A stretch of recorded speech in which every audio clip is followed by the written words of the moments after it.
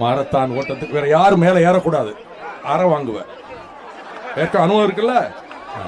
நான் ஏன் கட்டுப்பாடா நடந்துகிட்டேன் தெரியுமா தம்பி? நான் ஏன் கட்டுப்பாடா நடந்துகிட்டேன் தெரியுமா? நீங்க ஒருவர் கீழே விழுந்தாலும் 10-15 பேர் உயிர் போயிடும். பல இடங்கள்ல பத்திரிகைகள் படிக்கிற ஸ்டாம்பீடுல கோயில்ல அங்க எங்க 20 பேர் 30 பேர் இறந்துட்டாங்கன்னு.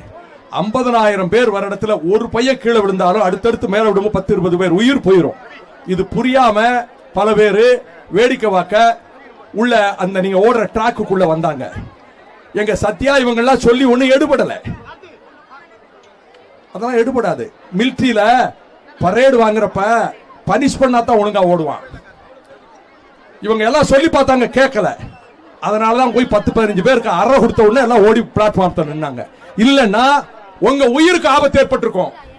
பத்திரிகையாளர்களுக்கு சொல்றேன், வைகோ புறப்படும் போது பல பேர் அடித்தாருன்னு காலையில் செய்தி போடுவாங்க. மேல ரொம்ப பிரியமான 2-3 பேப்பர் இருக்கு. இந்த 50,000 பேர் ஓடினதை போட மாட்டாங்க. வைகோ வந்தாரு, அங்க நின்னவங்களை எல்லாம் அடிச்சாரு. ஏன் அடிச்சாரு? இது ஏன் பிள்ளைங்க, ஏன் பிள்ளைங்க, ஏன் பேர பிள்ளைங்க. அது கீழே விழுந்து அது காயம் வந்தா அவங்க அப்பா அம்மா எப்படி வருத்தப்படுவாங்களோ அதை விட 1000 மடங்கு நான் வருத்தப்படுவேன். ரவி கீழே இறங்குறியா இல்லையா? உடம்பு பலமா இருக்குன்னு நினைக்கிறியா? தூக்கி வெளியே போட்டுருவேன்.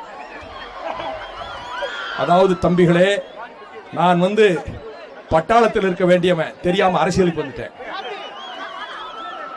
ஏன்னா கட்டுப்பாடு இருந்தா தான் உங்களை நம்பி உங்க அப்பா அம்மா அனுப்பியிருக்காங்க. விடிய கால 5 மணிக்கு அனுப்பி விட்டு 4 மணிக்கு நீங்க ராத்திரி எல்லாம் தூங்கி இருக்க மாட்டீங்க. அது நினைச்சு நீங்க தூங்கி இருக்க மாட்டீங்க. எனக்கு என்ன பயம் தெரியுமா தம்பி?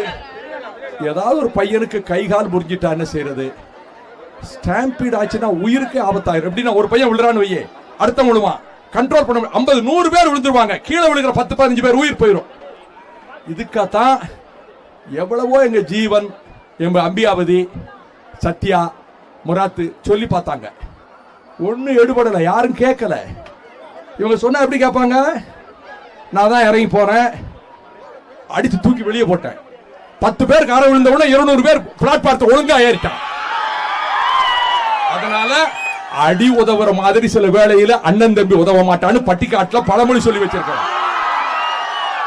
நல்லதுக்கு தான் அடிக்கணும், சண்டை போட்டு கிடக்கூடாது. நீங்க எல்லாம் என் பேர பிள்ளைய மாதிரி இருக்கீங்க. உங்களோட நான் ஸ்போர்ட்ஸ் மேன், நான் காலேஜ் வாலிபால் பிளேயர்.